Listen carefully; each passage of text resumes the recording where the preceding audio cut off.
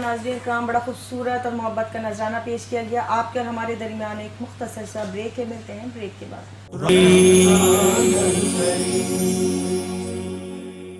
Welcome back ناظرین، ہم آپ کے ساتھ موجود ہیں اس یقین کے ساتھ کہ آپ ہمارے ساتھ رہیں گے. ناظرین اکرام، آج کا جو موضوع ہے ہمارا وہ قرآن مجید میں موجود تمام انبیاء اکرام اور ان کی زندگی پہ جو تفصیل اللہ نے بیان فرمائی ہے اس پہ بات کریں گے. ناظرین اکرام، اللہ تعالیٰ نے اس قرآن پاک میں تقریباً 25 سے 26 انبیاء اکرام کا بہت تفصیل سے ذکر فرمایا ہے.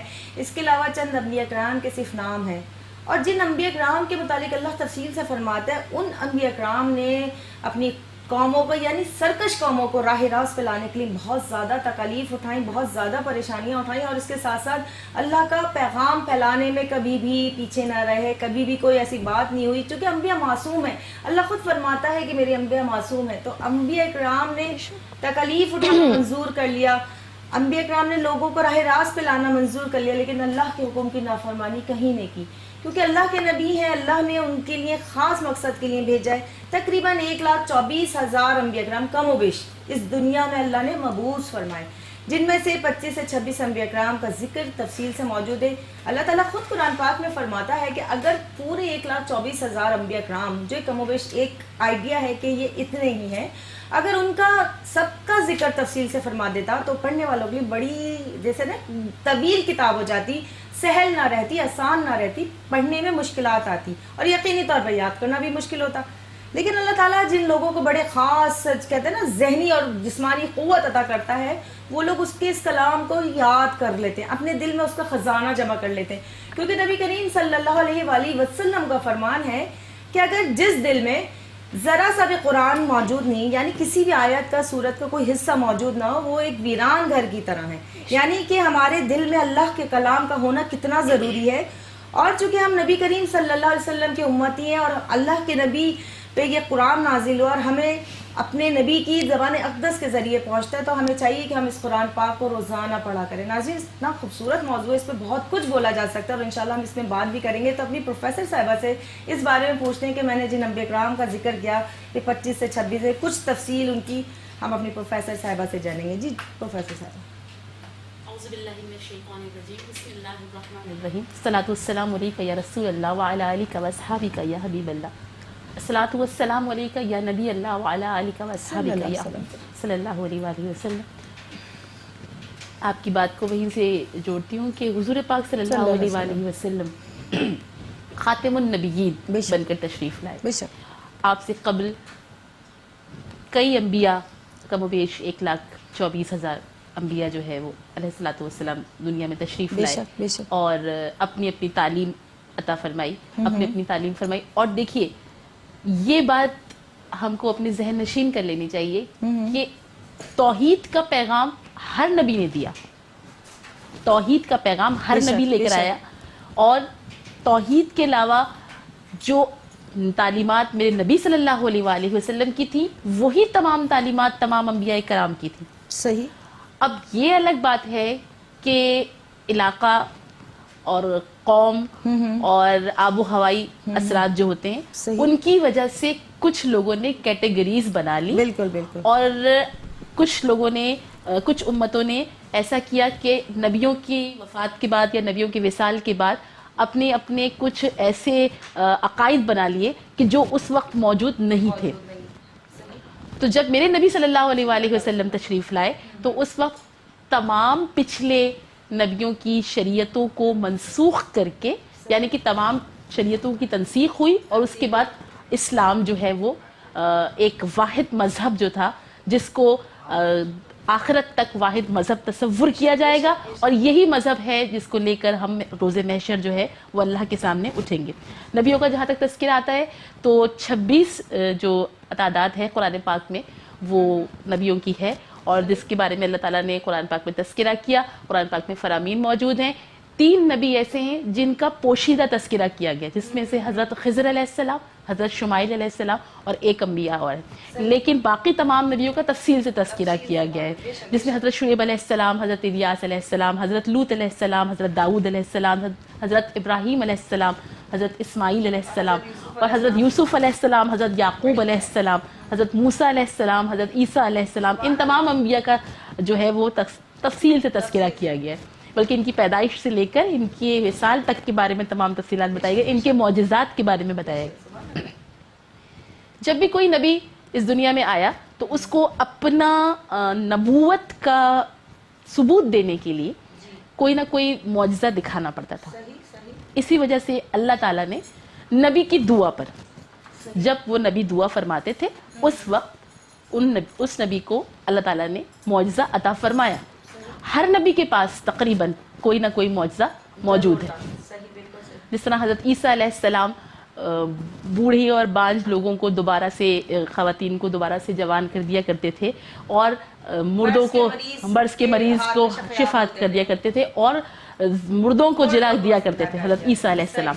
اسی طریقے سے حضرت صالح علیہ السلام کے زمانے میں ان کی جو سرکش قسم کی قوم تھی، جو کسی صورت میں بھی حضرت صالح علیہ السلام کا جو فرما برداری تھی وہ تو دور کی بات، کوئی کہنا بھی ماننے کو تیار نہیں، اور اللہ کے نبی مسلسل اپنی تبلیغ اور تعلیم میں لگے رہا کرتے تھے۔ پھر آپ جو نبی تھے اللہ کے، انہوں نے دعا فرمائی کہ یا اللہ کوئی ایسا معجزہ دیجئے کہ جو یہ لوگ کہتے ہیں، وہاں کے سردار کہتے تھے کہ تم اگر نبی ہو تو ایک ایسا کام کر کے دکھاؤ جو ہم کہہ رہے ہیں۔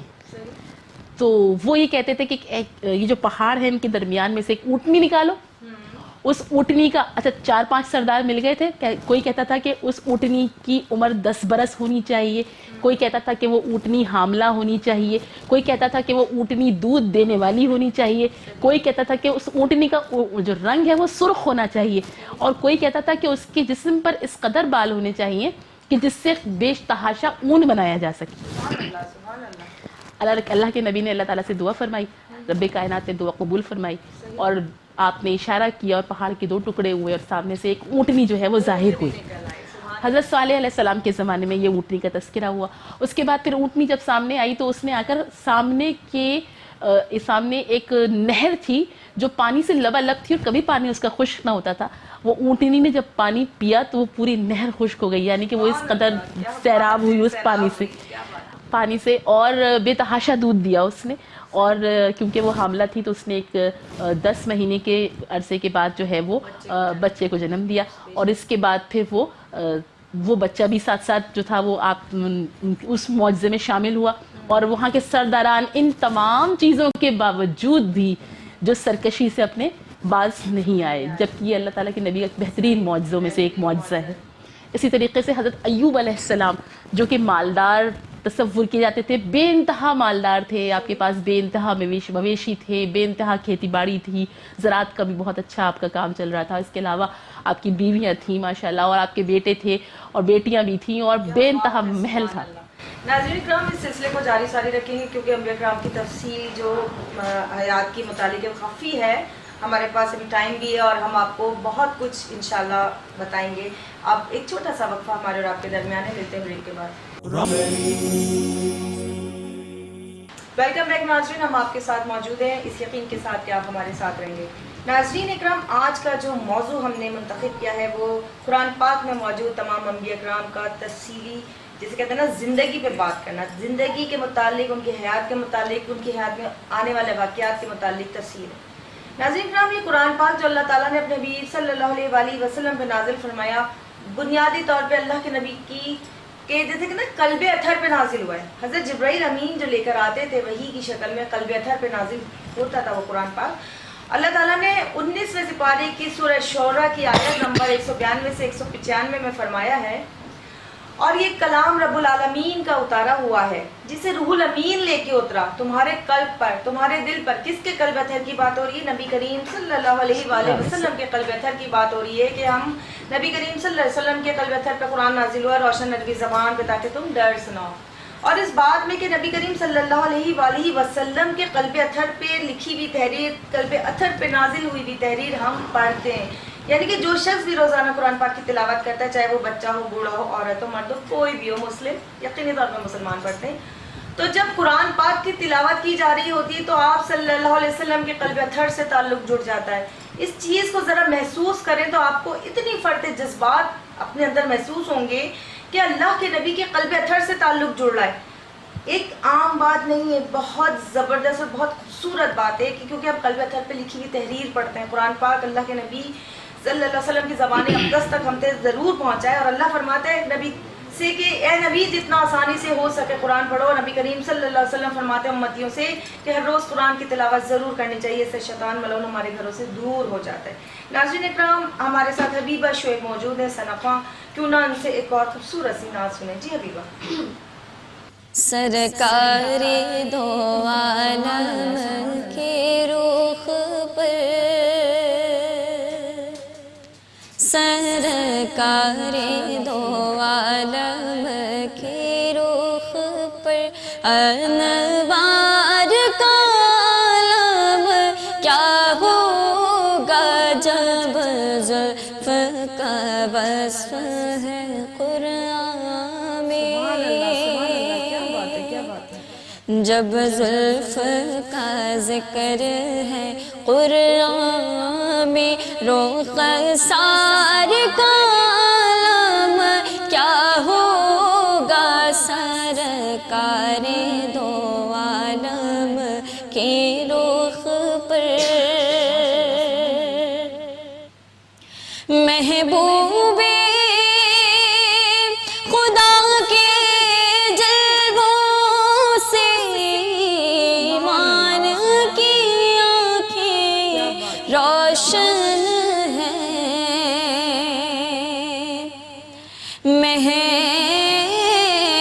محبوب خدا کے جلووں سے ایمان کی آنکھیں روشن ہیں، بن دیکھے ہی جب یہ حالت ہے دیدار کا عالم کیا ہوگا سرکار دو عالم کے رخ پر، ماشاءاللہ سبحان اللہ۔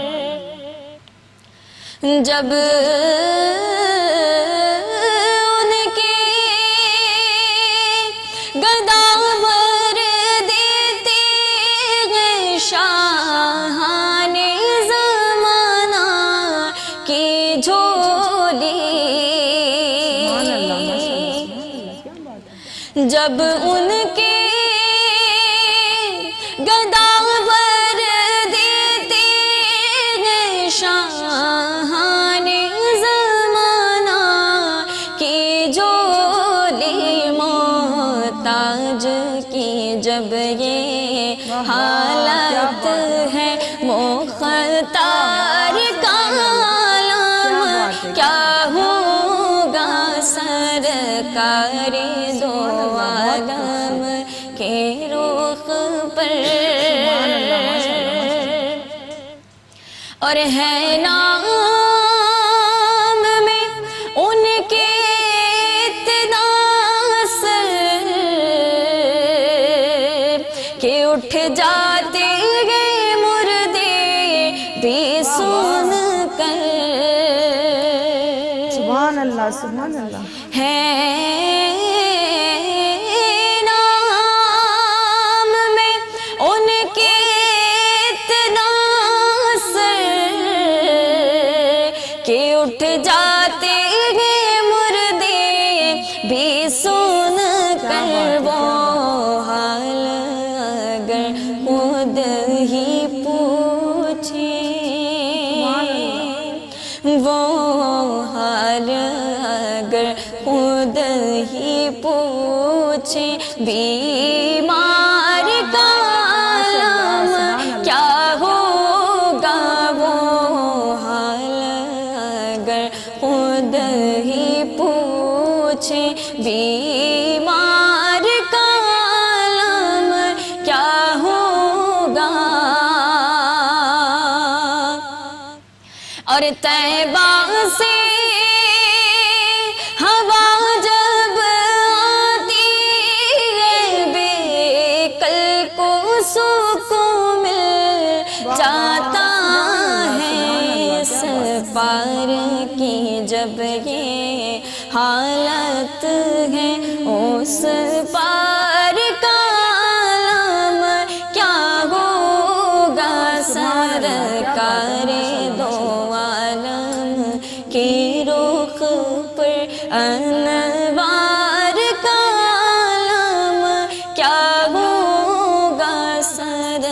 سرکار دو عالم کے رخ پر.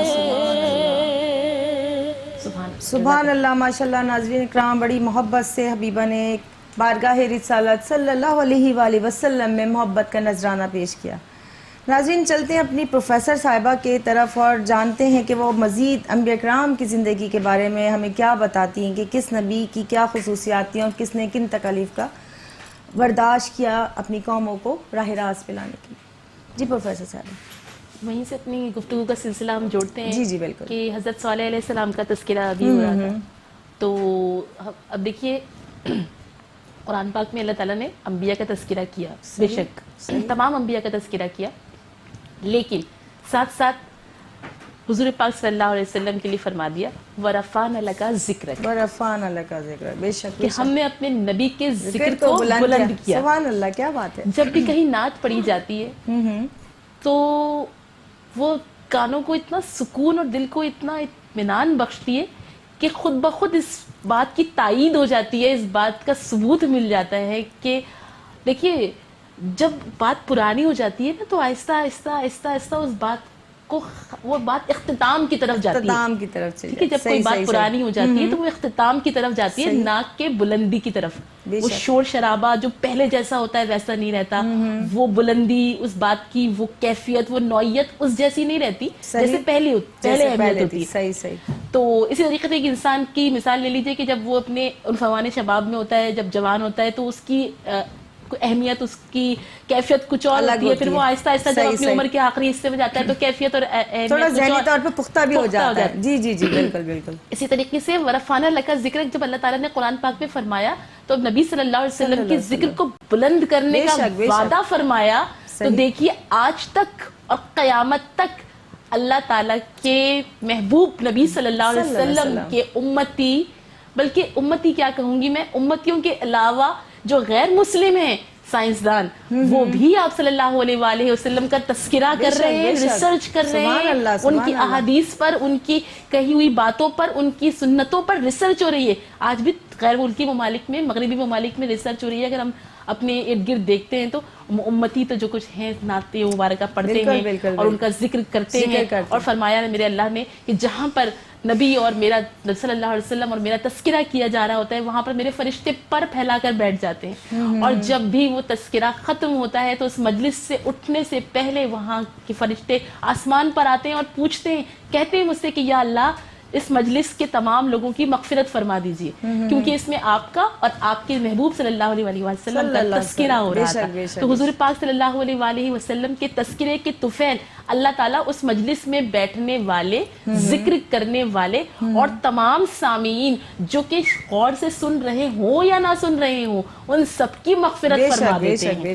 تو اللہ تعالیٰ کے محبوب کا تذکرہ تو اتنا زیادہ جو ہے اہم ہے ہمارے لیے، اتنا زیادہ جو ہے پرسکون ہے ہمارے لیے. ہماری حیات جتنی ان کی جو بھی حیات طیبہ ہے وہ پوری بھی اگر ہم پڑھیں اور سمجھیں تو تمام انبیاء کا جو معجزات کا نچوڑ ہے وہ میرے نبی صلی اللہ علیہ تمام خصوصیات میرے نبی صلی اللہ علیہ وسلم میں موجود ہیں. اور چاہے وہ حضرت ایوب علیہ السلام کا صبر ہو، حضرت یعقوب علیہ السلام کی روئی ہوئی آنکھیں ہوں، چاہے وہ ان کے دعا میں اٹھے ہوئے ہاتھ ہوں، وہ حابی برہم بھی ہیں میرے رسول صلی اللہ علیہ وسلم. آپ کی گفتگو کو جاری ساری ابھی رکھتے ہیں اور یہیں سے اپنے سلسلے کو دوبارہ جوڑیں گے. ناظرین اکرام، آپ کے اور ہمارے درمیان ایک بریک ہے، ملتے ہیں ایک چھوٹے سے بریک کے بعد.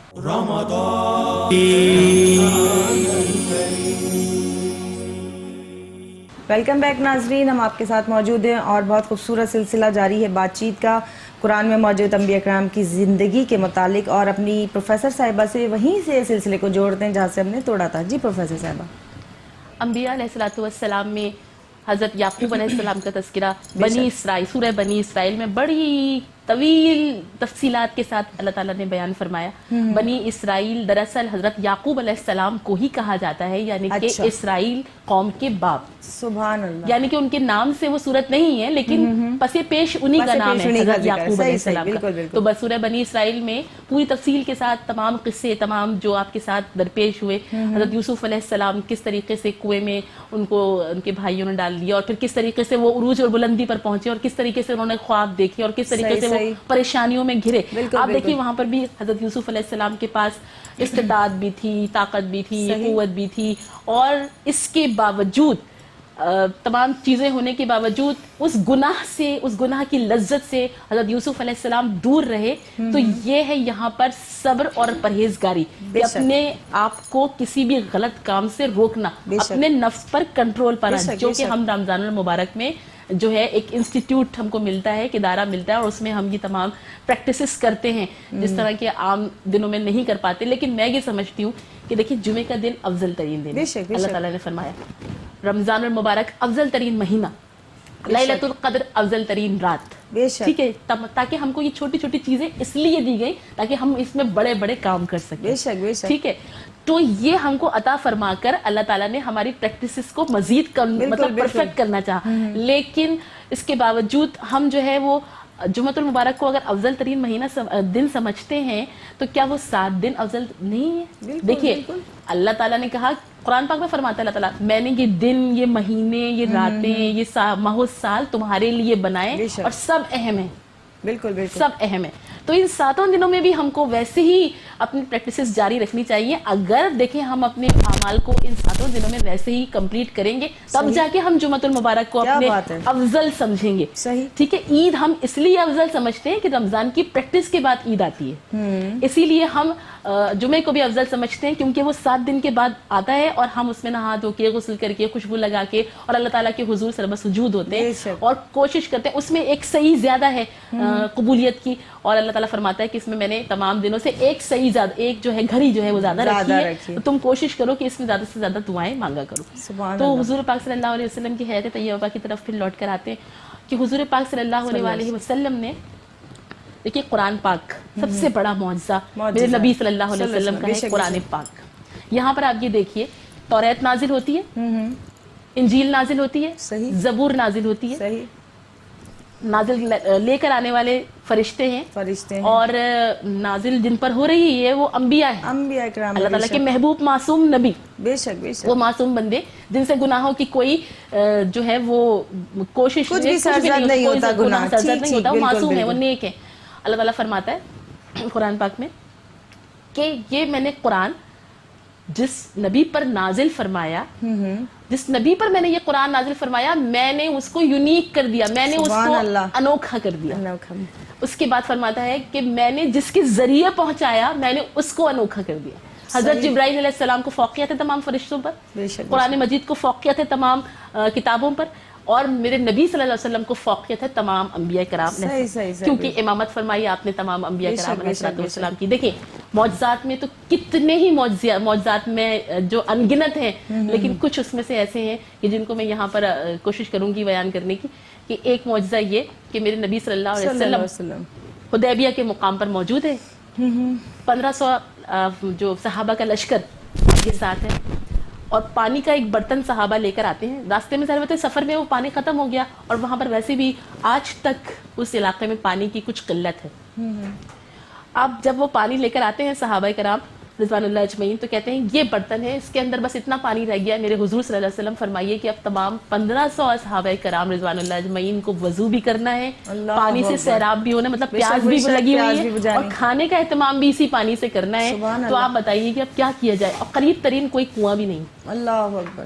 حضور پاک صلی اللہ علیہ وسلم فرماتے ہیں وہ برتن میرے پاس لے آؤ, سبحان اللہ, جو پانی سے بھرا ہوا ہے. وہ ایک چھوٹا سا ڈونگا پانی سے بھرا ہوا تھا. حضور پاک صلی اللہ علیہ وسلم اپنا دست مبارک اس میں ڈالتے ہیں, اور جیسے ہی اپنا دست مبارک اس میں سے نکالتے ہیں, اور ابھی تقریباً اس میں ہے آدھا, تو آپ کی انگشت مبارکہ سے جتنی بھی انگلیاں ہیں سیدھے ہاتھ کی, اس سے فوارے کی طرح پانی جاری ہونا شروع ہو جاتا ہے. واہ سبحان اللہ. اور وہ پانی اس قدر جاری ہوتا ہے, جب تک جاری رہتا ہے جب تک 1500 اصحابہ کرام رضوان اللہ اجمعین وضو کر لیتے ہیں اور سیراب ہو جاتے ہیں, اور پھر اپنے جانوروں پر جن پر وہ سوار تھے, اونٹنیوں کو اور خچروں کو اور گھوڑوں کو, سب کو وہ پانی پلا دیتے ہیں اور کھانے کا بھی انتظام کر لیتے ہیں. اس وقت تک وہ پانی جو ہے وہ مسلسل حضور پاک صلی اللہ علیہ وسلم کے, ایسے ہی تو نہیں آب کوثر کے مالک میرے نبی صلی اللہ علیہ وسلم, تو وہ آب کوثر کے وہاں مالک, آب زمزم کے یہاں مالک, اور ہاتھوں کی جو انگلیوں سے فوارے نکل رہے ہیں پانی کے,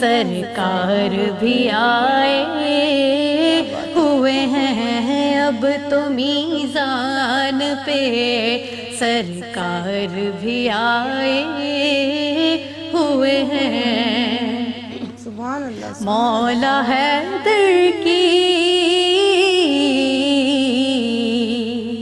مولا حیدر کی شجاعت کے میں واری جاؤں، مولا حیدر کی شجاعت کے میں واری جاؤں، ایک ہی ہاتھ سے خیبر کو اٹھائے ہوئے ہیں، ایک ہی ہاتھ سے خیبر کو اٹھائے ہوئے ہیں، ایک ہی ہاتھ سے خیبر کو اٹھائے ہوئے ہیں، لو مدینے کی تجلی سے لگائے ہوئے ہیں۔ سبحان اللہ، سبحان اللہ، ماشاء اللہ۔ ناظرین کرام، پیارے نبی کریم صلی اللہ علیہ وآلہ وسلم کی بارگاہ میں محبت کا نذرانہ پیش کیا۔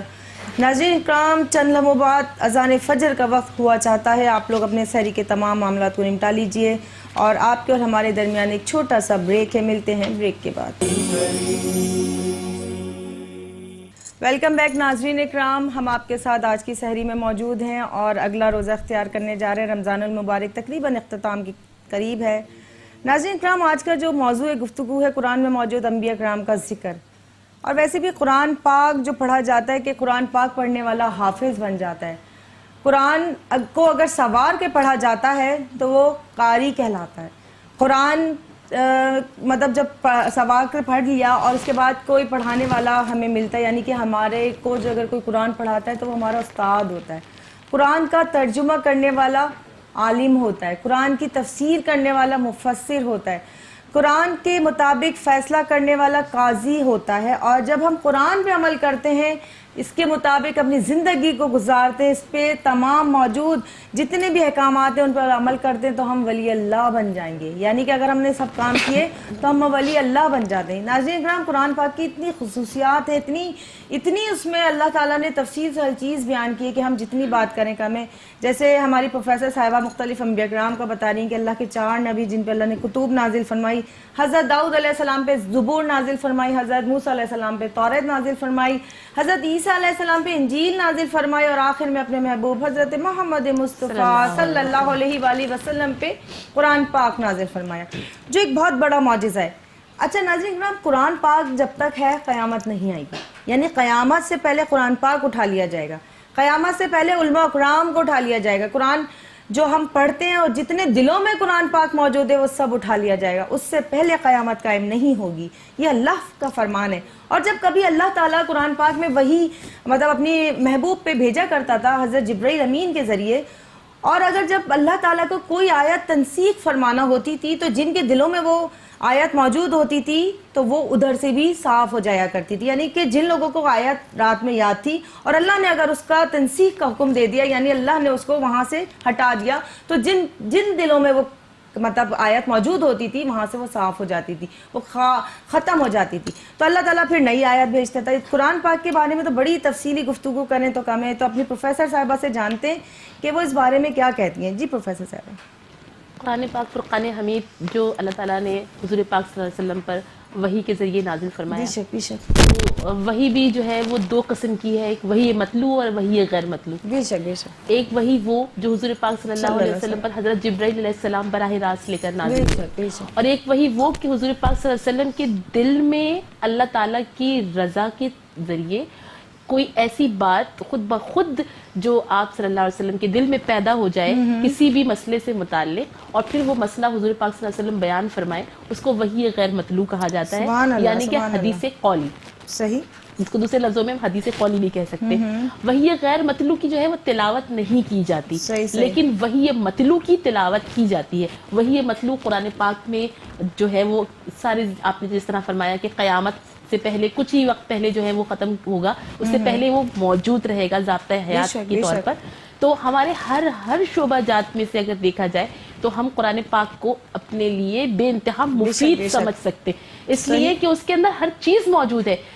تجارت سے متعلق آپ قرآن پاک میں اٹھا کر دیکھ لیجئے، سورۃ الجمعہ جمعے کے دن سے متعلق اٹھا کر دیکھ لیجئے، تمام تر اس کے علاوہ خواتین سے متعلق مسائل سورۃ النساء میں اور سورۃ النور میں اٹھا کر دیکھ لیجئے. خواتین کی عزت افزائی کے لیے قرآن پاک کی سورۃ النور سے بہتر کوئی اور سورت نہیں. اور پردے سے متعلق سورۃ النساء میں موجود ہے، اور شرم سے متعلق، حیا سے متعلق سورۃ النساء میں موجود ہے. اس سے ہی سورۃ الحج بیان کر دی گئی. یعنی کہ اللہ تعالیٰ نے ہر رکن سے متعلق، ہر چیز سے متعلق جو ہے وہ ارکان اسلام سے متعلق تمام چیزیں قرآن پاک میں بیان کر دی کہ کہیں مومن کو کسی چیز کی پریشانی نہ ہو. اور پھر تحفہ دیا ہمارے پیارے نبی صلی اللہ علیہ وسلم کی سنت کا، یعنی کہ انہوں نے جو اعمال کیے وہ ہمارے لیے جو ہے بہترین نمونہ ہے، اور ساری زندگی بہترین نمونہ رہیں گے، آج ہمارے لیے، کل ہماری اولاد کے لیے. اور یہ جو اولاد ہمارے لیے صدقہ جاریہ بنے گی وہ اس لیے بنے گی کہ ہمارے پیارے رسول صلی اللہ علیہ وسلم کی سنت پر عمل کرے گی.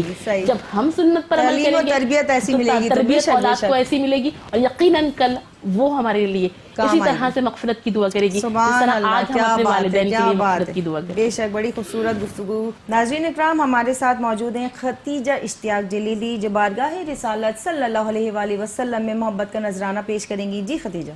کیجئے رحمت کا ہم پر ایک اشارہ یا نبی، کیجئے رحمت کا ہم پر ایک اشارہ یا نبی، ہوتا اذن مدینہ پھر دوبارہ یا نبی. وہ ہنسی مینار میں سگنے حرم کے دیکھ لوں، وہ ہنسی مینار میں سگنے حرم کے دیکھ لوں، وہ عطا محراب و منبر کا نظارہ یا نبی، ہو عطا محراب و منبر کا نظارہ یا نبی. اس بھکاری کو شہنشاہ بھیک وہ دے دیجئے، اس بھکاری کو شہنشاہ بھیک وہ دے دیجئے، جن سے ہوتا ہے زمانے کا گزارا یا نبی، جن سے ہوتا ہے زمانے کا گزارا یا نبی.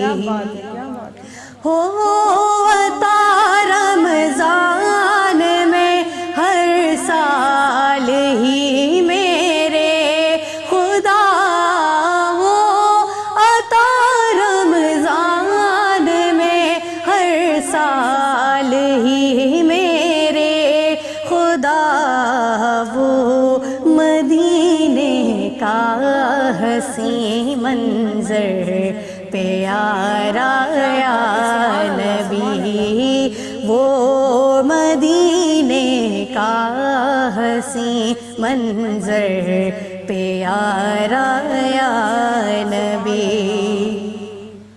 نوکر آلے ابا ہے یہ جنید قاسمی، نوکر آلے ابا ہے یہ جنید قاسمی، نام لیوا ہے خدا کا اور تمہارا یا نبی، نام لیوا ہے خدا خدا کا اور تمہارا یا نبی کیجیے رحمت کا ہم پر ایک اشارہ یا نبی. سبحان اللہ، ماشاء اللہ. ناظرین اکرام، بڑی خوبصورت جو ہے نعت پیش کی گئی بارگاہ رسالت صلی اللہ علیہ وسلم. ناظرین اکرام، آخری روزہ ہے کل الحمدللہ، اللہ نے چاہا تو عید ہو جائے گی، اور اللہ تعالیٰ سے دعا کرتے ہیں اللہ تعالیٰ جتنا ہم نے کچھ اس میں عبادت کی، ہماری عبادت کو قبول فرما کر سب کی مغفرت فرما دے. ناظرین اکرام، اپنے معزز مہمانوں کا شکریہ ادا کرتے ہیں. پروفیسر نوشین کامران ہمارے ساتھ ہیں، آپ کا بہت زیادہ شکریہ کہ آپ نے بہت قیمتی وقت ہمارے لیے نکالا. اور ناظرین اکرام، اس کے ساتھ ساتھ ایک خوبصورت الوداعی کلام آپ کے سامنے پیش کرتے ہیں جو رمضان المبارک کا خاص کلام ہے. قلب عاشق ہے اب پارا پارا،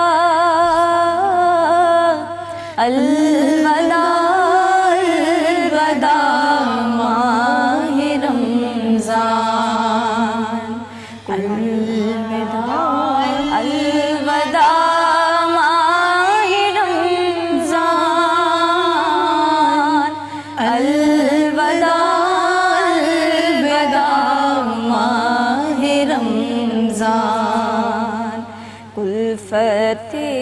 ہجر و فرقت نے مارا، الوداع الوداع ماہ رمضان، الوداع الوداع ماہ رمضان،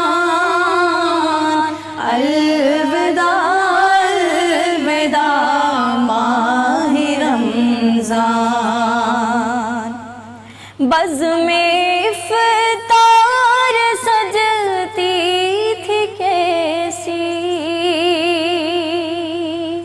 خوب سحری کی رونق بھی ہوتی، سب سما ہو گیا سونا سونا، الوداع الوداع ماہ رمضان، الوداع الوداع ماہ رمضان، الوداع الوداع ماہ رمضان.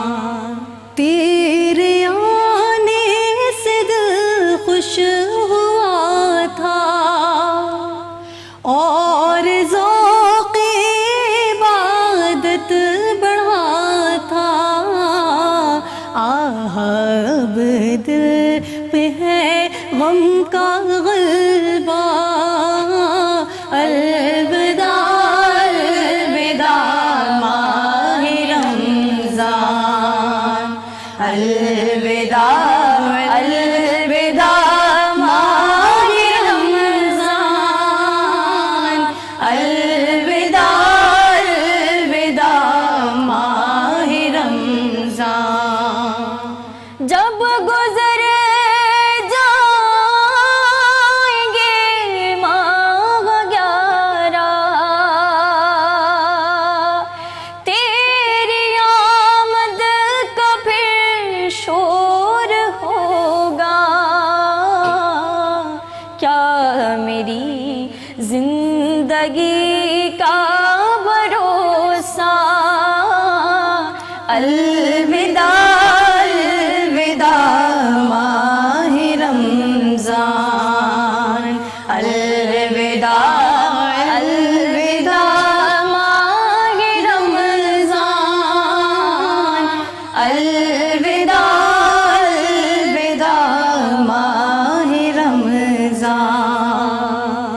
مسجدوں میں بہار آ گئی تھی، جوق در جوق آتی نمازی، ہو گیا کم نمازوں کا جذبہ، الوداع الوداع ماہ رمضان، الوداع الوداع